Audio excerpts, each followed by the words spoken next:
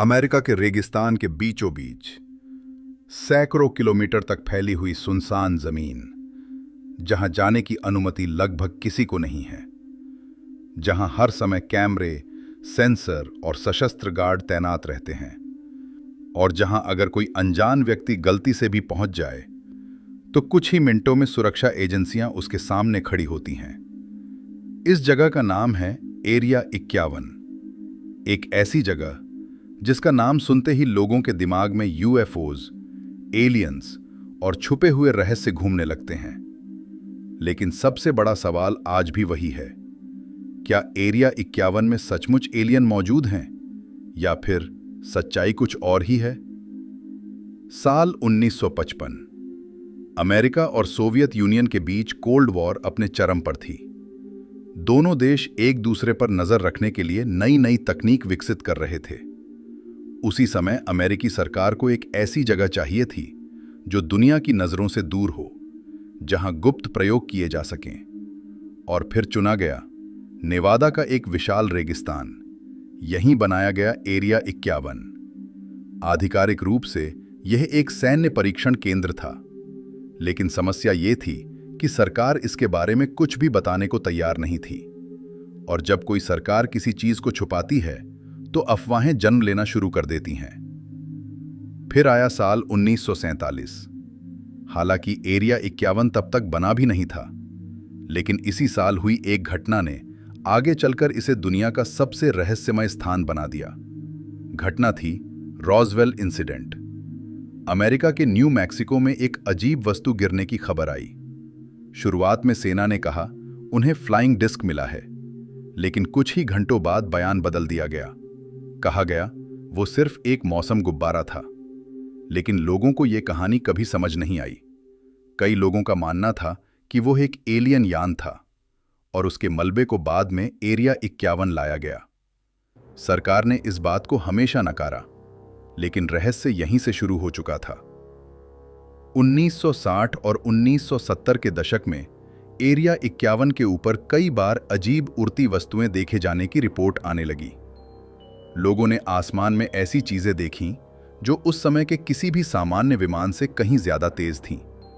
कुछ लोग बोले ये एलियन तकनीक है, लेकिन वर्षों बाद सच्चाई सामने आई।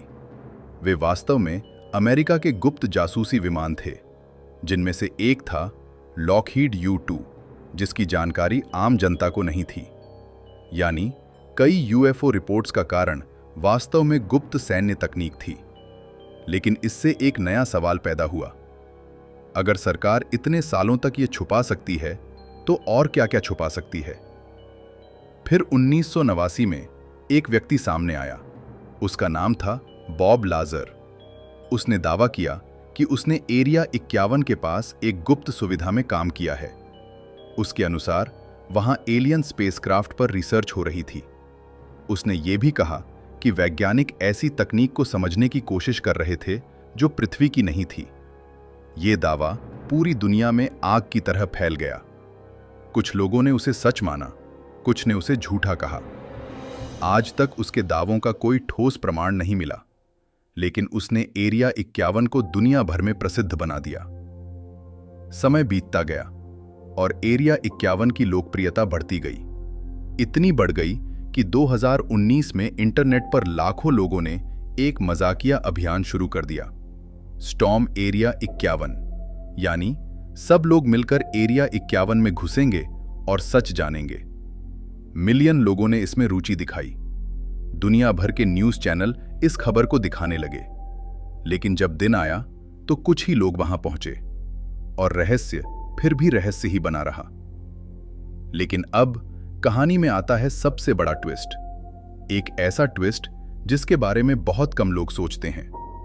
क्या होगा अगर एरिया 51 में एलियन नहीं है? क्या होगा अगर पूरी दुनिया गलत सवाल पूछ रही है? सोचिए, यदि आप एक सरकार होते और आपके पास दुनिया की सबसे उन्नत तकनीक होती, तो क्या आप लोगों को उसकी सच्चाई बताते या फिर उन्हें यूएफओ और एलियन की कहानियों में उलझा रहने देते? कई विशेषज्ञ मानते हैं कि एरिया 51 का असली उद्देश्य एलियन छुपाना नहीं, बल्कि नई सैन्य तकनीकों को गुप्त रखना था। स्टेल्थ विमान, अत्याधुनिक ड्रोन और ऐसी तकनीकें जो अपने समय से दशकों आगे थीं। लेकिन फिर भी कुछ सवाल आज तक अनुत्तरित हैं। वहां वास्तव में क्या-क्या परीक्षण हुए? कितनी तकनीकें अब भी गुप्त हैं? और क्या कभी ऐसा कुछ मिला जो पृथ्वी से बाहर का हो? इन सवालों का जवाब शायद आज भी एरिया 51 की बाड़ों के पीछे छिपा है।